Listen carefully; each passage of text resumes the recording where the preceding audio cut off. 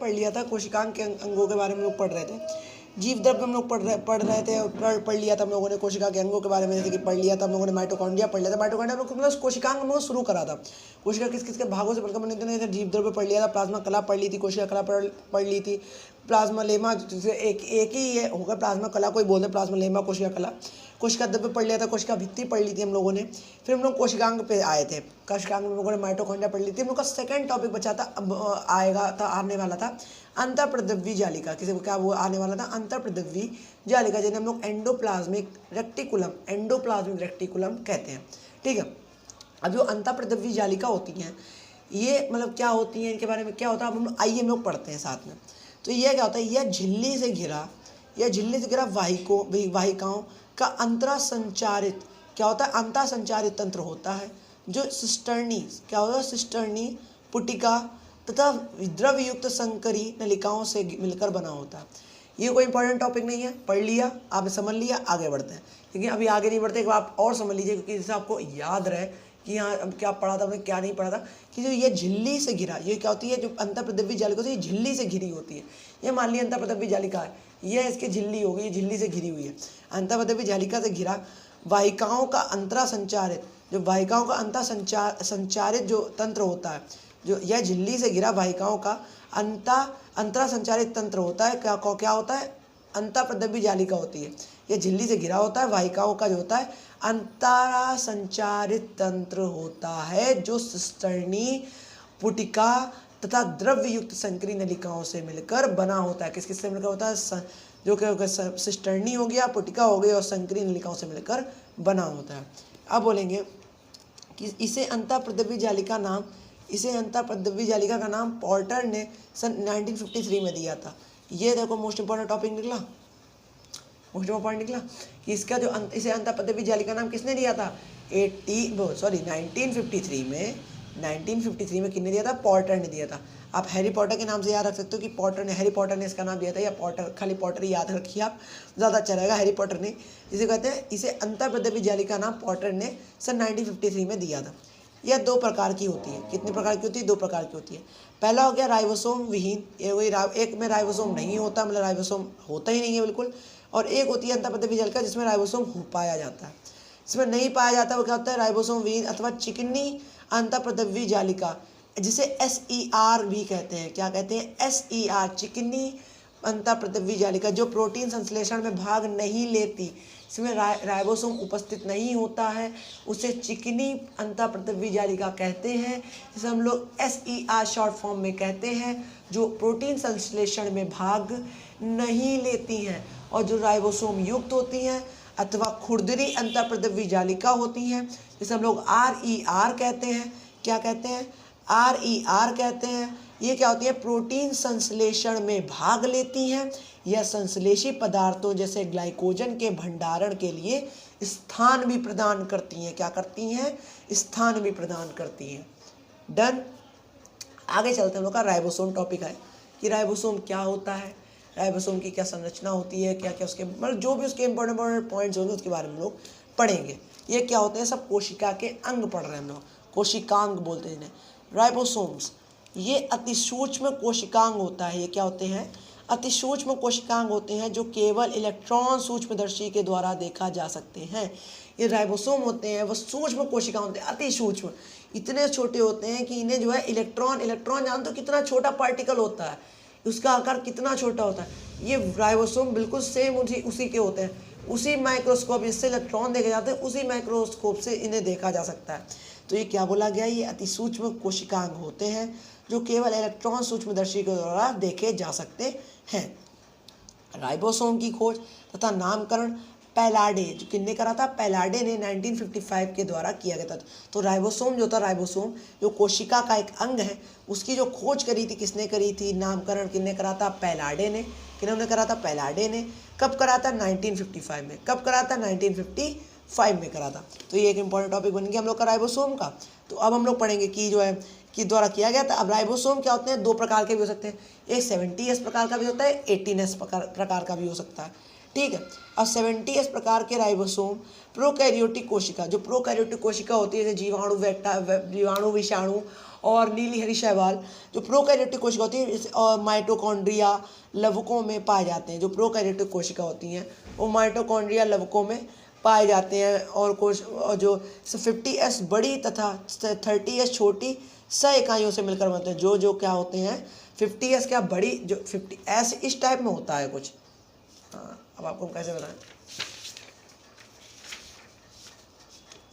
जो राइबोसोम होता है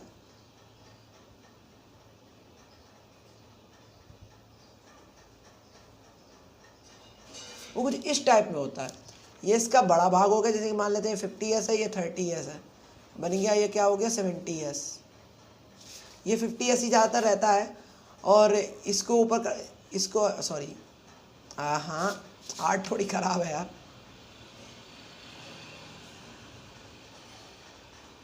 तो 50s हो गया, तो यहाँ पे या तो ये 40s हो जाएगा, ये 50s हो जाएगा, तो ये कितना बन जाएगा 80s ribosome. 80s ribosome, 80s ribosome ये बन जाएगा। क्या बन जाएगा 80s राइबोसोम बन जाएगा। समझ में आ गया।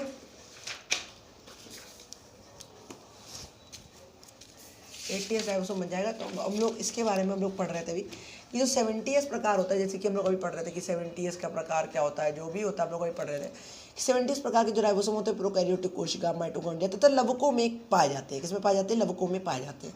तथा ये जो होते हैं 50s जो बड़ी होती है, बड़ा भाग हो गया अभी हम लोग को बताया, जैसे बड़ा भाग नीचे होता है, छोटा भाग ऊपर होता है। बड़ा भाग होता है 50s तथा 30s छोटी सह इकाइयों से मिलकर ये बना होता है 70s जो होता है। 80s प्रकार का क्या होता है, ओ 60-40 का होता है, 6 5 4 9 हो जाएगा 60-40 का, 60-40 का 80s होता है। जो 60-40 का होता है वही हम कहेंगे 60-40 नीचे होता है कि वो 50 नहीं होता, वो 60, उसमें भी 10 बढ़ता है, उसमें भी 10 बढ़ता है, इसमें भी 10 बढ़ता है, इसमें भी 10 बढ़ता है, तब बनता है ये 80s का। बनते हैं तो जोड़ोगे तो बनेगा कितना बनेगा, अब जोड़ के बनेगा 10s का, लेकिन माना ये 80s का ही जाता है। तो 80s जो प्रकार के हो गए राइबोसोम यूकैरियोटिक कोशिकाओं में पाए जाते हैं, कोशिका द्रव्य में पाए जाते हैं। किसमें पाए जाते हैं, यूकैरियोटिक कोशिका के कोशिका द्रव्य में पाए जाते हैं। तथा 60s बड़ी तथा 40s छोटी सह इकाइयों से मिलकर बने होते हैं। यह कोशिकाएं, ये इसमें आ सकता है, लेकिन पॉइंट आपको याद ही हो गया होगा, कोई दिक्कत नहीं है, इंपॉर्टेंट नहीं है ना। ये कोशिका के प्रोटीन संश्लेषण के लिए स्थान तथा एंजाइम प्रदान करते हैं। ये क्या करते हैं, ये क्या करते हैं, जो कोशिका होती है, ये क्या करते हैं, जो कोशिका हो गई अपनी, उसके लिए ये क्या करते हैं, प्रोटीन का संश्लेषण करते हैं और उसके संश्लेषण के लिए एंजाइम भी प्रदान करते हैं। इसलिए इन्हें प्रोटीन संश्लेषण कारखाना भी कहा जाता है। अब आया जी मोस्ट इंपॉर्टेंट पॉइंट। अब कोई पूछ दे कि पेपर में आएगा कि प्रोटीन संश्लेषण कारखाना किसे कहा जाता है, तो आप बोलोगे राइबोसोम को कहा जाता है। प्रोटीन सिंथेसिस फैक्ट्री किसे कहा जाता है, राइबोसोम को कहा जाता है। कि इसमें प्रोटीन संश्लेषण के लिए एंजाइम की पूर्ति कराई जाती है, स्थान प्रदान किया जाता है। डन है याद। अब हम लोग पढ़ेंगे लाइसोसोम। जो लाइसोसोम होता है, लाइसोसोम वो क्या होता है, जो लाइसोसोम हो गया वो क्या होता है, तो GR लाइसिस, स्प्लिटिंग मतलब फैलाना, सोमा बॉडी, सोमा की होती है, बॉडी होती है इसमें लाइसोसोम का। अब हम लोग पढ़ रहे हैं कि लाइसोसोम क्या होता है। अब इन्हें प्रायः आत्मघाती थैली, सुसाइडल बैग्स कहते हैं। किन्हें कहते हैं, लाइसोसोम को आत्मघाती थैली, सुसाइडल बैग्स कहते हैं। Most important points note down करते रहिए। इन्हें जो क्या करते हैं, प्रायः आत्मघाती थैली, सुसाइडल बैग्स कहते हैं। ये एक झिल्ली युक्त गोल छोटी थैलीनुमा संरचना होती है। एक झिल्ली युक्त गोल होती है, थैलीनुमा संरचना होती है, ठीक है, छोटी थैलीनुमा संरचना होती है। प्रायः यूकैरियोटिक कोशिका में पाई जाती है, परंतु जंतु कोशिका में प्रचुर मात्रा में पाई जाती है। ये क्या होती है, प्रायः यूकैरियोटिक कोशिकाओं में तो पाई ही जाती है, लेकिन ज़्यादातर किस में पाई जाती है, जो जंतु कोशिका होती है, जंतु होगी उसमें ज़्यादा पाई जाती है, प्रचुर मात्रा में पाई जाती है। तथा भक्षण क्रिया प्रदर्शित करती है, जो भक्षण की क्रिया होती है वो प्रदर्शित करती है। अब ये देखो एक इंपॉर्टेंट पॉइंट बन गया, ये इंपॉर्टेंट बन गया कि भक्षण क्रिया कौन प्रदर्शित करता है, आप बोलोगे लाइसोसोम प्रदर्शित करता है, ये भी मोस्ट इंपॉर्टेंट बन गया, ठीक है। अब बोलोगे आप कि लाइसोसोम की खोज क्रिस्टियन डी डूबे, क्रिस्टियन डी डूबे ने 1955 में की थी। जो लाइसोसोम की खोज, ये देखो मोस्ट इंपॉर्टेंट बना कि नहीं बना। अब बोलोगे कि जो लाइसोसोम की खोज किसने करी थी, आप बोलोगे क्रिस्टियन डी डूबे। क्रिस्टियन डी डूबे ने करी थी 1955 में। किसने करी थी, क्रिस्टियन डी डूबे ने कब करी थी, 1955 में की थी। लाइसोसोम में लगभग 40 प्रकार के जल अपघटनी एंजाइम भरे होते हैं। जो लाइसोसोम होता है उसमें लगभग 40,000 प्रकार के, कितने 40 प्रकार के जल अपघटनी, जो जल अपघटनी एंजाइम, जल को अपघटन करने वाले जो एंजाइम होते हैं वो भरे होते हैं। ये क्या होती है, एंडोसाइटोसिस। ये एंडोसाइटोसिस की प्रक्रिया में ग्रहण किए गए पदार्थों के पाचन में सहायक होते हैं। जो एंडोसाइटोसिस की जो प्रक्रिया होती है उसमें जो ग्रहण किए गए पदार्थ होते हैं उनके जो पाचन में ये सहायक होते हैं। कौन सहायक होते हैं, लाइसोसोम सहायक होते हैं। इसकी खोज किसने करी थी, क्रिस्टियन डी डूबे ने कब करी थी, 1955 में। इसे सुसाइडल बैग्स किन्हें कहते हैं, लाइसोसोम को कहते हैं। भक्षण की प्रक्रिया कौन प्रदर्शित करते हैं, लाइसोसोम प्रदर्शित करते हैं। डन यहाँ तक। अगला टॉपिक गाल्जी काय। अब गाल्जी काय बोले कि गाल्जी काय भैया क्या होता है, गाल्जी बॉडी। गोल्जी बॉडीज क्या होती हैं, आप बोलोगे ये कोशिका का एक अंग होता है। अब जब आप पढ़ोगे तो आप इसके बारे में बोलोगे। पढ़ते हैं, यह जालिका नुमा नलिकाओं या पुटिकाओं, यह क्या होती हैं, जालिका नुमा जो नलिकाएं होती हैं पुटिकाओं से बना जटिल संगठन होता है। क्या होता है, जटिल संगठन होता है जो छोटी गोल पुटिकाओं से में घिरा होता है। जो छोटी छोटी गोल जो पुटिकाएं होती हैं उनसे ये घिरा होता है। किससे घिरा होता है, छोटी छोटी जो पुटिकाएं होती हैं, पुटिकाएं ये होती है, जो छोटी छोटी पुटिकाएं होती हैं उनसे ये घिरा होता है। ठीक है, कोई दिक्कत, जो वेसल्स होती हैं उनसे ये घिरा होता है। अब यार कि यह जालिकानुमा नलिकाओं से, कि अब आप पढ़ोगे कि ये जालिकानुमा नलिकाओं या पुटिकाओं ट्यूबलेस या वेसलेस से बना एक जटिल क्या कहते हैं संगठन होता है या छोटी गोला। ये ऐसे नहीं पढ़ना, पढ़ लो कि ये होता है जो ट्यूबलेस जो नलिकाएं हो गई और पुटिकाओं से मिलकर बना होता है। कौन होता है, गोल्जी बॉडी बनी होती है। ज़्यादा नहीं पढ़ना, छोटी गोल पुटिकाएं देखा जाएगा। इसकी खोज, अब ये इंपॉर्टेंट को पॉइंट आया कि इसकी खोज कैमिलो गोल्जी जो होते हैं, एक जो इन्हीं के नाम पे इसका नाम रखा गया गोल्जी बॉडी। इसकी खोज किसने करी थी, कैमिलो गोल्जी ने 1898 में की तथा नोबेल पुरस्कार प्राप्त किया। नोबेल पुरस्कार प्राप्त किया। इसकी खोज किन्होंने करी थी, कैमिलो गाल्जी ने करी थी। किन्होंने करी थी, कैमिलो गोल्जी ने करी थी। और कब करा, इन्हें पुरस्कार कब मिला, 1898 में इन्होंने करी थी। उसे इन्हें नोबेल पुरस्कार भी प्राप्त हुआ। किन्होंने करी थी, कैमिलो गोल्जी ने। इनका नाम तो आराम से याद कर लो, गोल्जी बॉडी, कैमिलो गोल्जी। ठीक है, अगला टॉपिक हम लोग पढ़ते हैं कि जो है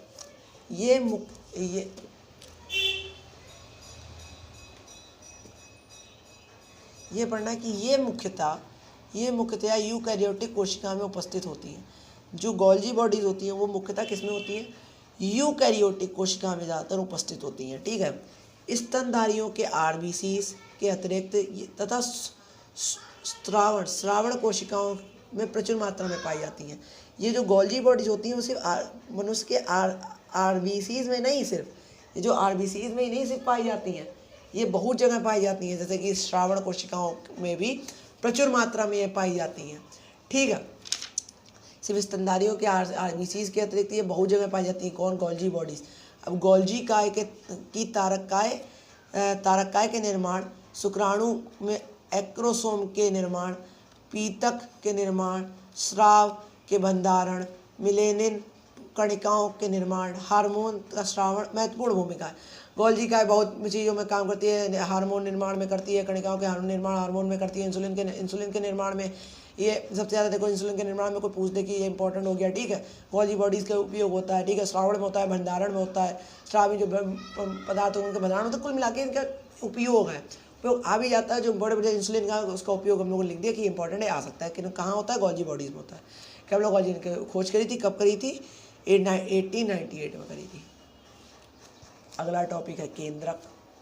केंद्रक भैया बहुत मोस्ट इंपॉर्टेंट टॉपिक है। केंद्रक सबसे ज़्यादा पूछा जाता है। कोई भी कोशिका इसके बिना अधूरी है। केंद्रक के बिना हर कोशिका अधूरी है। सारा कार्य इसके अंतर्गत ही होता है। किसके अंतर्गत होता है? केंद्रक के अंतर्गत होता है। केंद्रक हिंदी इंग्लिश में होता है न्यूक्लियस, कुछ लोग इसे न्यूक्लियस भी बोलते हैं, न्यूक्लियस न्यूक्लियस कुछ भी बोल दो आप। इसमें अगला पहला पॉइंट है, प्रत्येक यूकैरियोटिक कोशिका कम से कम एक लगभग घोल घनी उच्च स्तरीय संरचना से मिलकर बनी होती है। कम से कम क्या होती है? प्रत्येक जो यूकैरियोटिक कोशिका होती है कम से कम एक लगभग गोल होती है, घनी होती है, उच्च स्तरीय संरचना से मिलकर बनी होती है। इसे केंद्रक कहते हैं। क्या कहते हैं? केंद्रक कहते हैं। अपवाद है इसका कि परिपक्व पोषवाह, जो परिपक्व पोषवाह के चालनी तत्व हो गए, sieve tube elements of phellum filament हो गए एवं स्तनधारियों की आरबीसीज, यही जो सब हो गए इसके चालनी में इसका उपयोग होता है। इसे केंद्रक कहते हैं। ठीक है। जो प्रत्येक जो यूकैरियोटिक कोशिका है, ऐसे समझो आप, में कम से कम क्या होता है? एक लगभग गोल घनी उच्च स्तरीय संरचना से मिलकर बनी होती है। जो केंद्रक होता है वो प्रत्येक यूकैरियोटिक कोशिका में होती है, पाई जाती है। कम से कम एक गोल घनी उच्च स्तरीय संरचना से मिलकर बनी होती है, जिसे हम लोग क्या कहते हैं? केंद्रक कहते हैं। अपवाद ये है कि परिपक्व पोषवाह के चालनी तत्व होते हैं। जो परिपक्व पोषवाह का चालनी तत्व यही होता है। ठीक है। कि इसकी खोज किन्होंने करी थी? रॉबर्ट ब्राउन ने करी थी 1831 में।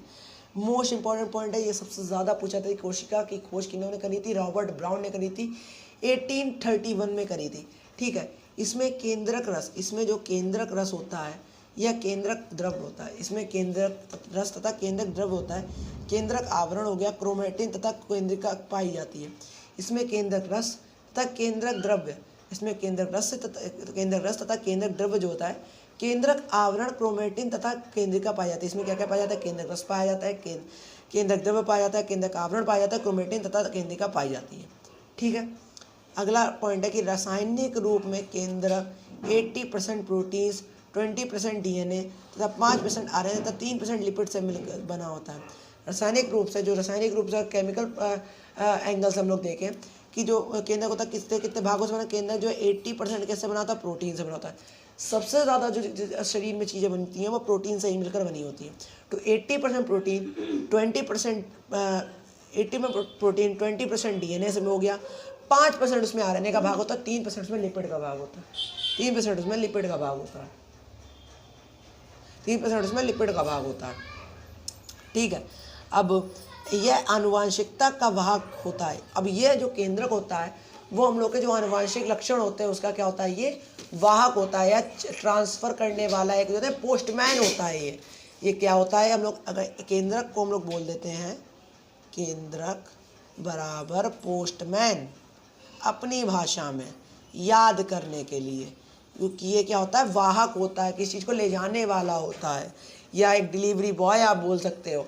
डिलीवरी ले ली इधर से और उधर डिलीवर कराया, यह आनुवांशिकता का वाहक होता है। क्योंकि इसमें जनन के लिए, उपापचय, परिवर्तन के लिए तथा जीवधारियों के व्यवहार के लिए आनुवांशिक सूचनाएं उपस्थित होती हैं। क्योंकि इसमें जो भी सूचनाएं होती हैं वो इसमें उपस्थित पाई जाती हैं, जो उनकी संतति से प्राप्त, जो उनकी मतलब कि जो उनके उससे प्राप्त होती है, माता पिता या जो भी हम लोग की जो भी एक दो पार्टिकुलर होगा उनसे प्राप्त जो गुण होते हैं वो केंद्रक में ही पाए जाते हैं, जिनका वो ट्रांसफ़र करता है केंद्रक। ठीक है। हम लोगों ने अब न्यूक्लियस पढ़ लिया है, इंपॉर्टेंट पॉइंट्स पढ़ लिए हैं, और अब हम लोग को पढ़ना है केंद्रक कला या आवरण। केंद्रक कला या आवरण क्या होता है? केंद्रक कला न्यूक्लियर मेम्ब्रेन या एनवलप माने हो गया लिफाफा बोलते हैं। केंद्रक कला आवरण क्या होता है? ठीक है। केंद्रक कला, केंद्रक का जो केंद्रक हो गया, ये केंद्रक होगा, उसका जो एक आवरण हो गया, इसे हम लोग क्या बोलेंगे? केंद्रक कला बोल देंगे या आवरण बोल देंगे या एनवलप बोल देंगे। ठीक है। अब केंद्रक कला जो है केंद्रक का आवरण बनाती है। केंद्रक रस या केंद्रक द्रव्य, इसमें शर्करा, प्रोटीन, फास्फोरस, न्यूक्लिक अम्ल आदि होते हैं। केंद्रक रस, इसमें क्या ये किसको कह रहती है? इसमें क्या क्या होते हैं? केंद्रक रस होते हैं, केंद्रक द्रव्य होता है, शर्करा होती है, प्रोटीन होती है, फास्फोरस होता है, न्यूक्लिक अम्ल होता है, आदि चीज़ें होती हैं इसके अंदर पाई जाती है केंद्रक कला या आवरण के अंदर। ठीक है। यहाँ तक कोई दिक्कत नहीं होनी चाहिए, अच्छे से आपने पढ़ लिया। अब हम लोग पढ़ते हैं न्यूक्लिक अम्ल या न्यूक्लिक एसिड्स क्या होते हैं। न्यूक्लिक अम्ल या न्यूक्लिक एसिड्स क्या होते हैं, इसके बारे में हम लोग पढ़ेंगे कल के लेक्चर में। आज तक यही था, हम लोगों ने कोशिकांक सारे खत्म कर लिए हैं लगभग, कुछ नहीं इसमें बच्चा हम लोग का। अगर कुछ बच्चा होगा तुम लोग आगे देख लेंगे, लेकिन अभी तुम लोग सीरियल वाइज चल ही रहे हैं, बुक से आपको पढ़ाना उसके मारे कोई दिक्कत नहीं होगी। तब तक के लिए आप पढ़ते रहिए। ये इसका कोशिकांग हम लोगों ने पढ़ लिया जो बचे हुए थे। आगे हम लोग कल पढ़ेंगे न्यूक्लिक हम लोग पढ़ेंगे, और बाद में इसका जो भी संतति होगा, जो भी हम लोग आनुवंशिकता होगी, उसके बारे में हम लोग धीरे धीरे जेनेटिक्स के ऊपर जाएंगे।